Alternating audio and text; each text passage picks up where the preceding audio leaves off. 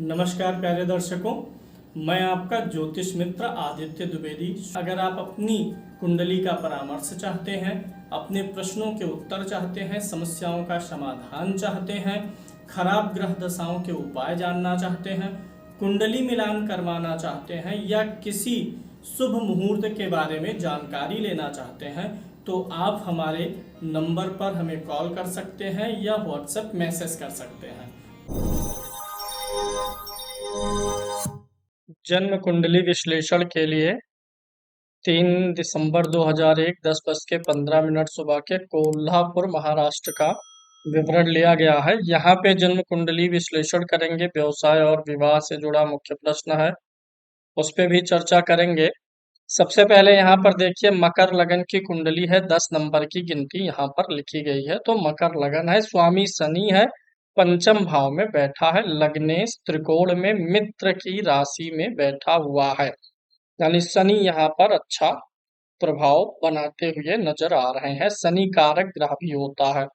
दूसरा कारक ग्रह होगा पंचम भाव का स्वामी शुक्र, जो कि एकादश भाव में बैठ करके अपने भाव पर दृष्टि भी डाल रहा है।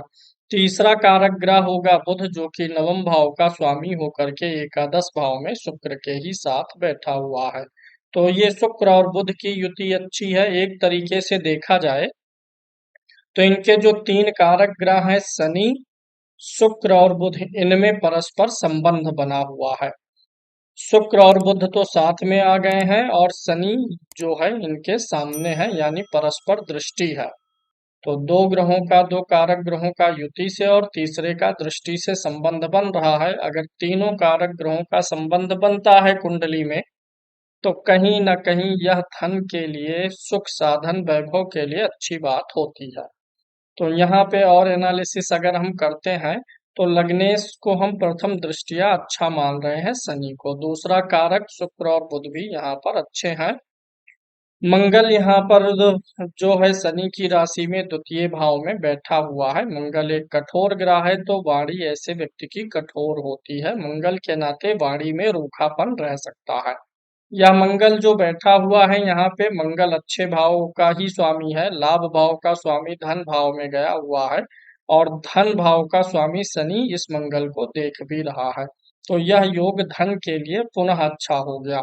बुध शुक्र से लक्ष्मी नारायण योग भी बना, यह भी धन के लिए अच्छा योग होता है। दो कारक ग्रह भी एक साथ हैं, यह भी अच्छा योग है। तो यहाँ पे कुंडली में धन के योग ठीक ठाक दिखाई दे रहे हैं। धन का कारक कौन सा ग्रह होता है? बृहस्पति। उसकी भी दृष्टि यहाँ पर आ रही है, नामी दृष्टि। तो बृहस्पति नामी दृष्टि से लाभ भाव के स्वामी को देख रहे हैं, तो यह भी अच्छा योग है। कुंडली में धन का योग ठीक दिखाई दे रहा है। अब इस कुंडली में अगर हम भाव के ग्रहों के भाव फलादेश को देखेंगे, तो मंगल वाणी में कठोरता देगा। शनि पंचम भाव में कोई परेशानी देता हुआ नजर नहीं आएगा, क्योंकि लग्नेश है और मित्र की राशि में है पंचम भाव में। थोड़ा सा पंचम भाव बुद्धि होता है, शनि धीमापन होता है, तो जो थॉट प्रोसेसिंग है वह थोड़ी सी धीमे रहेगी, यानी आराम से चीजों के बारे में सोचना, विचार करना और अपनी योजनाओं पर आराम से धीरे धीरे अमल करने का योग बनता है। कुंडली में छठे भाव में राहु, चंद्रमा और बृहस्पति की युति है। यह युति परेशानी देती हुई प्रथम दृष्टिया नजर आती है, लेकिन एनालिसिस भी कर लिया जाए। राहु, चंद्रमा और गुरु बैठे हुए हैं। चलिए सबसे पहले इधर लगन इनकी 5 अंश का लगन है, मकर लगन। लगन में सूर्य का नक्षत्र है, ठीक है। सूर्य 17 अंश का है, बुध के नक्षत्र में है, ठीक है। चंद्रमा इस कुंडली में 16 अंश पर है और यह राहु के नक्षत्र में है, राहु के साथ भी है और राहु के नक्षत्र में भी है। मंगल इस कुंडली में अपने ही नक्षत्र में है, बुध शनि के नक्षत्र में है, ठीक है। गुरु अपने ही नक्षत्र में है, ठीक है। शुक्र जो है शनि के नक्षत्र में है, शनि चंद्रमा के नक्षत्र में, और सब ठीक दिखाई दे रहा है। यहाँ पे जो गड़बड़ दिख रहा है वो राहु और चंद्रमा की युति, ये दोनों साथ भी हैं और चंद्रमा जो है राहु के नक्षत्र में भी बैठा हुआ है। अब यहाँ पर चंद्रमा 16 अंश का है, गुरु 20 अंश का है, राहु 3 अंश का है। तो राहु 3 अंश का है, यानी राहु जो है ये चंद्रमा और गुरु को क्रॉस करके आगे निकल गया है। तो चंद्रमा और राहु की युति से जो ग्रहण दोष बनता है, वह ग्रहण दोष पार हो चुका है, घटित हो चुका है, घटित होने वाला नहीं है। चांडाल दोष की स्थिति भी यहाँ पर पार होती हुई नजर आ रही है, यानी राहु आगे बढ़ चुका है, पिछ वृषभ राशि की तरफ जा रहा है और चंद्रमा आगे निकल चुका है। लेकिन फिर भी चूंकि दोनों का योग है और नक्षत्र जो है जो चंद्रमा को मिला है, राहु का नक्षत्र मिला है, इसलिए मानसिक रूप से समस्याएं आएंगी। डिसीजन लेने में जो है गड़बड़ी रहेगी, डिसीजन जल्दी ना ले पाना, अपने फैसले पे टिक पाने में समस्या होगी। कोई भी डिसीजन आज लेंगे अच्छा लगेगा, कल उसी के बाद कोई दूसरा अच्छा लगने लगेगा। डिसीजन थोड़ा सा अस्थिर रहेगा, डबल माइंडेड हो जाएंगे। लेकिन यहीं पर गुरु के साथ चंद्रमा भी है तो इसका भी इन्फ्लुएंस रहेगा। तो यहाँ पे इनको सलाह है कि ये जब भी कोई पहली बार डिसीजन लेंगे तो उस डिसीजन के लिए रुक जाएंगे, उस पे अमल नहीं करेंगे कभी भी। जैसे इन्होंने सोचा कि मैं इस समय में ये काम करूंगा, ऐसे ऐसे करूंगा, इनको पार्टनर बनाऊंगा, इतना इन्वेस्टमेंट करूंगा, ये योजनाएं हैं हमारी, पूरा बना लें तो फिर रुक जाए, 15-20 दिन तक रुकें। उस 15-20 दिनों के बीच में जो भी ये थॉट विचार प्रोसेसिंग करेंगे अपने योजनाओं का, प्लानिंग का, उसमें काफी परिवर्तन आएगा। क्योंकि जो ये पहला डिसीजन लेंगे, योजना बनाएंगे, जो भी मानसिक स्थिति रहेगी उस पे राहु का इन्फ्लुएंस आएगा, फिर बाद में गुरु का इन्फ्लुएंस आकर के जहां जो कमी रहेगी उसे करेक्ट कर देगा। क्योंकि यहाँ पे असर तो तीनों का होना, गुरु चंद्रमा का गजकेसरी भी मिलेगा। चंद्रमा मन है, गुरु ज्ञान है, तो मन में ज्ञान का संचार तो होगा। और राहु क्या है, भ्रम है, तो मन में भ्रम का भी संचार करेगा। वैसे ऐसे लोगों की शिक्षा में बाधाएं भी आती हैं जब चंद्रमा जो है और गुरु राहु के इन्फ्लुएंस में आते हैं, तो एजुकेशन में भी इनके समस्याएं आई होंगी। तो यहाँ पे पहला डिसीजन जो रहेगा उसको इनको तुरंत अप्लाई नहीं करना, जीवन में एग्जीक्यूट नहीं करना, वेट करना है, फिर धीरे धीरे उसमें सुधार आएगा। चंद्रमा राहु की युति बनी हुई है, गुरु भी यही साथ है। अगर भाव के अनुसार देखेंगे तो गुरु, चूंकि इनकी मकर लगन की कुंडली है, तो गुरु मारक ग्रह भी होता है, द्वादश भाव और तीसरे भाव का स्वामी होकर के बैठा हुआ है। तो गुरु मारक ग्रह भी है, गुरु इनको टाइम टू टाइम सेहत से जुड़ी हुई कुछ परेशानियां वगैरह देगा। डाइजेशन वगैरह का ख्याल रखना, लिवर वगैरह सही से प्रोसेस करे, शुगर वगैरह, इन फ्यूचर में डायबिटिक, ये छठे का गुरु बना सकता है।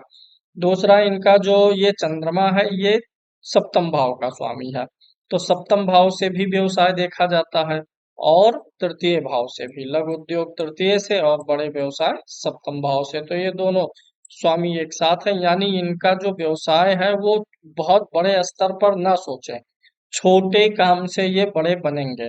क्योंकि ये तीसरा छोटा है, फिर बाद में गुरु के साथ में चंद्रमा बैठा, धीरे धीरे काम बड़ा हो जाएगा। तो ऑल ऑफ सडन इनको सब कुछ नहीं पैसा इन्वेस्ट करना या बहुत बड़ा नहीं कर देना है, पहले छोटी मार्केट को कैप्चर करने का इनको प्रयास हमेशा करना होगा। और वैसे भी देखिए राहु चंद्रमा के इन्फ्लुएंस में है और ये जो सूर्य है ये भी शनि के इन्फ्लुएंस में है। एक चीज मैं बहुत बुरा मानता हूँ, व्यक्ति के जीवन में स्ट्रगल, संघर्ष और सफलता के लिए अधिक प्रयास करना पड़ जाता है, जब चाहे सूर्य हो चाहे चंद्रमा हो। अगर सूर्य चंद्रमा ये दो के दोनों राहु और शनि के इन्फ्लुएंस में आ गए, चाहे दोनों पे राहु का ही इन्फ्लुएंस हो, चाहे दोनों पर शनि का ही इन्फ्लुएंस हो, या एक पे राहु का एक पे चंद्रमा का हो, तो ऐसे लोगों को जीवन में कभी भी शॉर्टकट नहीं अपनाना है। ऐसे लोगों को हमेशा स्टेप बाय स्टेप जीवन में चलना है। ये ऐसे लोगों का जीवन इस प्रकार से नहीं चलेगा। वो शेयर मार्केट वाली लकीर जानते हैं, उस प्रकार से ऐसे लोग कभी कभी सोचते हैं कि मैं उठ जाऊंगा, तो यहीं से प्रॉब्लम शुरू होगी। जिग जैग में ही ऐसे लोग तरक्की करने के बारे में सोचें, यानी उतार और चढ़ाव आता है, तो इस चीज से इन लोगों को भली भांति अपने आप को जो है मोटिवेट करके अपने आप को जान करके रखना चाहिए। यहाँ शनि की भी दृष्टि सूर्य पर है और चंद्रमा राहु के इन्फ्लुएंस में है। हमेशा छोटे को बड़ा बनाने का इनको प्रयास करना है, तो उस हिसाब से बिजनेस में इनको मदद मिल जाएगी। मैं कहना क्या चाह रहा हूँ, ये समझ में आप लोगों को आ गया होगा। अब यहाँ पर इन तीन ग्रहों की युति में क्या कुछ रेमेडी की भी जरूरत है? हाँ, राहु यहाँ पर बुरा है। राहु यहाँ पर चंद्रमा गुरु दोनों को बुरा कर रहा है, हालांकि राहु खुद अच्छा हो जाएगा। देखिए, संगति का असर सबके ऊपर होता है। आप मेरी संगति करेंगे तो ज्योतिष की दो चार बातें सीख लेंगे, और अगर आप पहलवान हैं तो पहलवानी का एक दो दांव पेच मैं सीख लूंगा। तो यहाँ पे राहु के ऊपर तो दो शुभ ग्रहों का इन्फ्लुएंस पड़ रहा है, चंद्रमा और गुरु का, लेकिन राहु अपना इन्फ्लुएंस इनके ऊपर छोड़ेगा। तो राहु यहाँ पर अच्छा रिजल्ट दे सकता है दशा और अंतर दशाओं में, क्योंकि वह गुरु और चंद्रमा के प्रभाव को देगा। वहीं चंद्रमा का दशांतर दशा गड़बड़ रहेगा, क्योंकि यह राहु के नक्षत्र में और राहु के साथ भी है। गुरु का अपेक्षाकृत सेहत के लिए तो परेशानी दे सकता, लेकिन काम वगैरह के लिए ठीक रहेगा। अब यहाँ पर अगर अन्य युति, एक जो थोड़ी सी परेशानी का कारक बनती है, सूर्य और शनि का आमने सामने होना। अब इसमें भी थोड़ा जजमेंट कर लेते हैं। देखिए, सूर्य भी 17 अंश का है, शनि भी 17 अंश का है। दोनों एक दूसरे को पूरा का पूरा देख रहे हैं। ऐसे में कभी कभी पिता से मतभेद होने की संभावना, पिता से थोड़ा सा सुख और स्वास्थ्य में कमी रहना, ये चीजें संभव रह सकती हैं। और आंखों पे परेशानी आती है, चश्मा या बाद के वर्षों में आंखों की सर्जरी होने की भी संभावना रहती है। अगर इन तीन ग्रहों की युति को देखेंगे तो यहाँ पे बुध और शुक्र की युति तो डेफिनेटली बहुत अच्छी है। नौमेश और दसमेश की युति सबसे तगड़ा योग बनता है। तो यहाँ पे नौमेश बुध है, दसमेश शुक्र है, धर्म कर्माधिपति योग बना है। लेकिन सूर्य भी यहीं पर बैठा हुआ है इन्हीं लोगों के साथ में। तो यहाँ पे परेशानी थोड़ी सी बन गई, क्योंकि ये जो शुक्र है ये का है, सूर्य से तो 10 डिग्री दूर पर है। और बुध लेकिन देखिए 16 अंश का है, सूर्य से एकदम समीप है, बुध अस्त हो गया है। तो ये जो धर्म कर्माधिपति योग बन रहा है, सूर्य से एक तो अस्त होने के नाते, दूसरा इस पे जो है सूर्य का अष्टमेश हो करके यहाँ पर बैठना, तो ये राजयोग खंडित होके धन योग का असर देगा।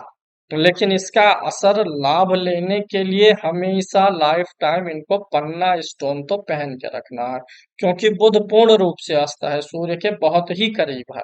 तो पन्ना और ओपल ये दो स्टोन इनको हमेशा पहन के रखने चाहिए। 8 से 10 कैरेट का पहनना चाहिए, दोनों का कॉम्बिनेशन इनको ज्यादा लाभ दे जाएगा।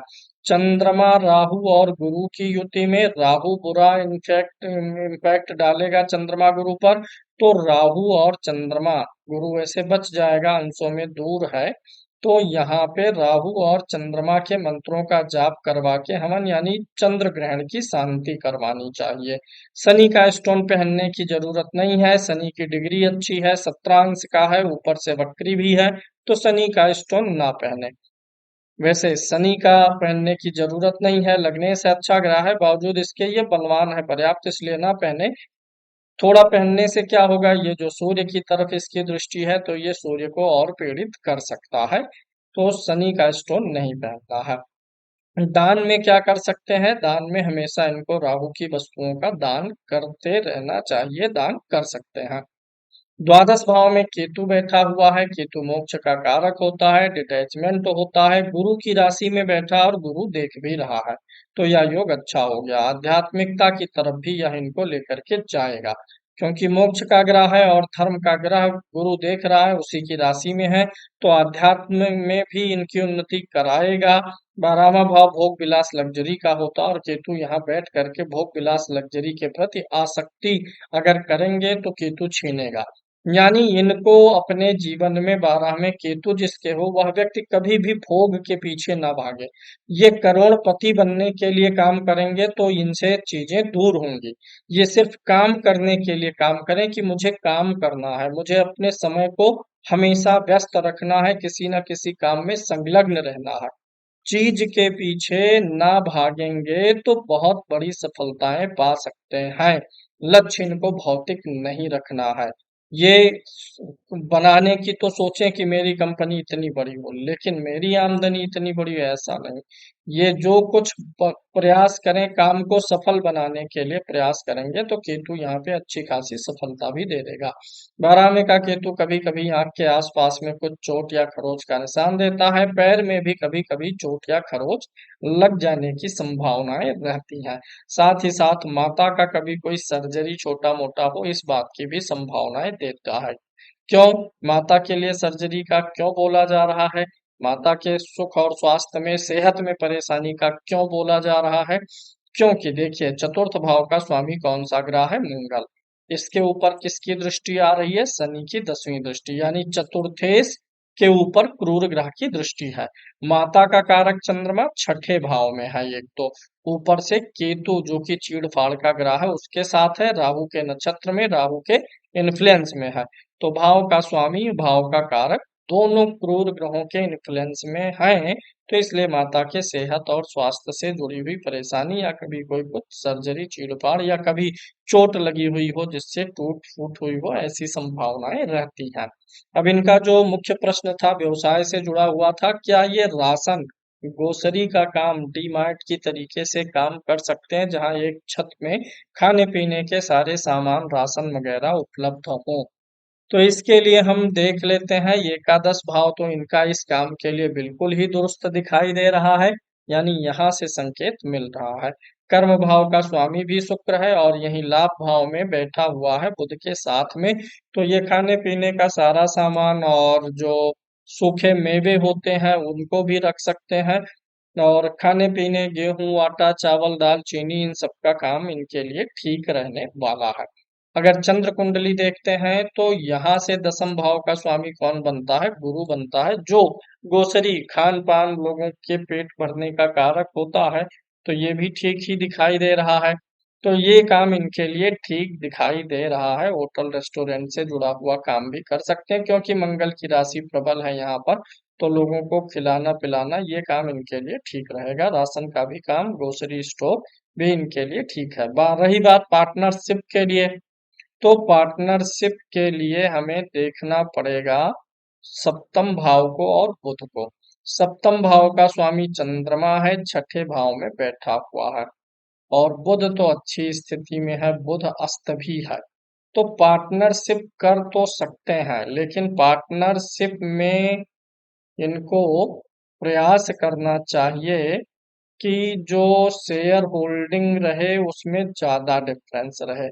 इनका शेयर होल्डिंग 90% तक रहे, अगले का 10% तक रहे। किसी भी पार्टनर को 10% से अधिक की शेयर होल्डिंग दे करके नहीं चलना है। 3 पार्टनर हो जाए, 2 हो जाए, लेकिन अपने और दूसरे पार्टनर के शेयर होल्डिंग में बहुत ज्यादा अंतर रहना चाहिए। अब यहाँ पर जैसे सप्तम भाव का जो स्वामी है चंद्रमा है, गुरु के साथ बैठा है, ये तो ठीक है, लेकिन राहु भी साथ में है। तो पार्टनर्स के साथ में थोड़ा सा विवाद, वैचारिक मतभेद रहने की संभावना पूर्ण रूप से बन जाती है। अगला इन्होंने पूछा हुआ है, नौकरी छोड़कर व्यवसाय करें क्या? क्या समय उचित है कि नहीं है? तो इसके लिए हम दशाओं पर चलते हैं और दशाओं के माध्यम से मैं बताता हूँ। अभी वर्तमान में इनकी शनि की महादशा एक तरीके से शुरू हुई है। जून 2022 से शनि की महादशा शुरू हुई है, और अभी शनि में शनि का ही अंतर चल रहा है जुलाई 2025 तक। उसके बाद शनि में बुध महाराज आ जाएंगे।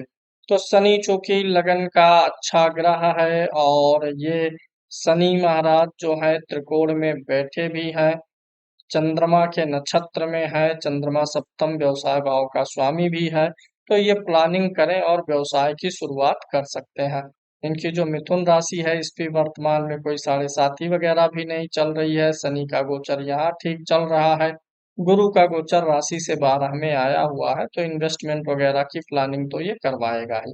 यानी व्यवसाय के लिए ये आगे बढ़ सकते हैं, क्योंकि अगली दशा भी शनि में बुध की रहेगी, दोनों कारक ग्रह रहेंगे।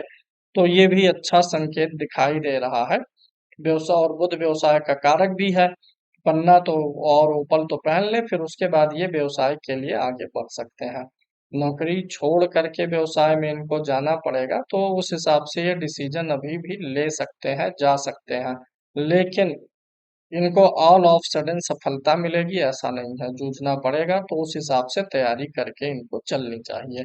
शनि की महादशा लगभग लगभग ठीक जाएगी। शनि कुंडली में अच्छा है, शुक्र की राशि में बैठा है और शुक्र वापस इसे देख भी रहा है। हाँ, एक चीज और है, इनकी कुंडली में शुक्र शनि आमने सामने है। शुक्र शनि आमने सामने हो, साथ में हो, तो व्यक्ति जीवन में उतनी तरक्की करता है जितनी वो मेहनत करता है। यानी जितना अधिक समय देंगे, व्यस्त रहेंगे, उतना ही इनके जीवन में अपसाइड बनेगा। व्यस्त इनको अपने आप को अधिक रखना होगा। अब थोड़ा सा आकलन कर लेते हैं अन्य कुंडलियों का, और विवाह का भी इन्होंने पूछा हुआ है। विवाह कब होगा? विवाह भाव का स्वामी चंद्रमा है। पहली चीज तो ये आपको पत्नी थोड़ी सी झगड़ालू मिलेंगी। सप्तम भाव का स्वामी चंद्रमा है, छठे भाव में बैठा है। छठे भाव से रोग भी देखते हैं, तो कुछ न कुछ पत्नी को रोग तो रहेगा, शारीरिक पीड़ा बनी रहेगी।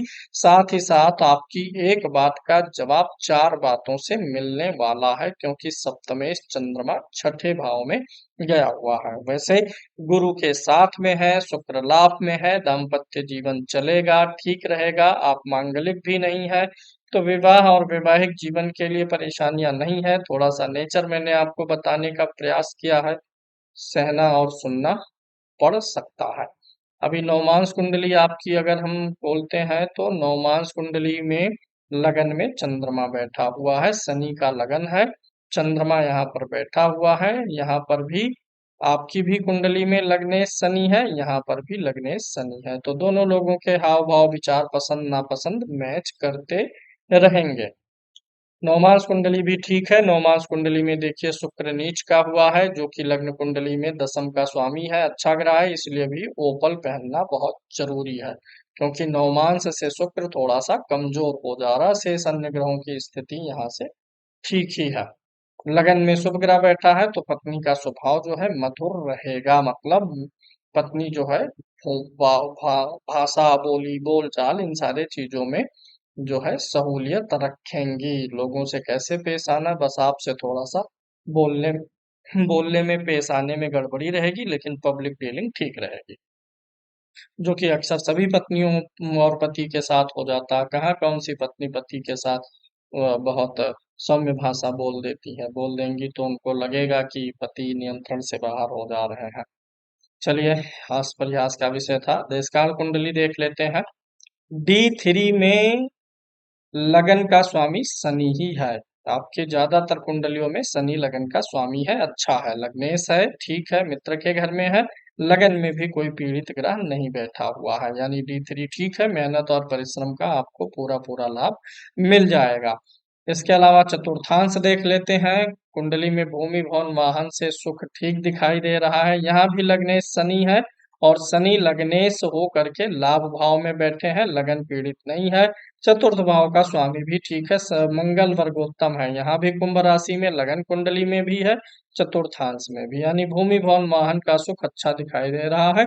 कभी कुछ जीवन में दूर की यात्रा या विदेश यात्राओं के भी योग बन सकते हैं, क्योंकि चतुर्थांश में चंद्रमा 12 में है, केतु और गुरु के साथ में। एक तो धार्मिक यात्राएं दूर दूर तक की हो सकती हैं, जाएंगे हिमालय पहाड़ी क्षेत्रों में भी जाएंगे धर्म कर्म के लिए।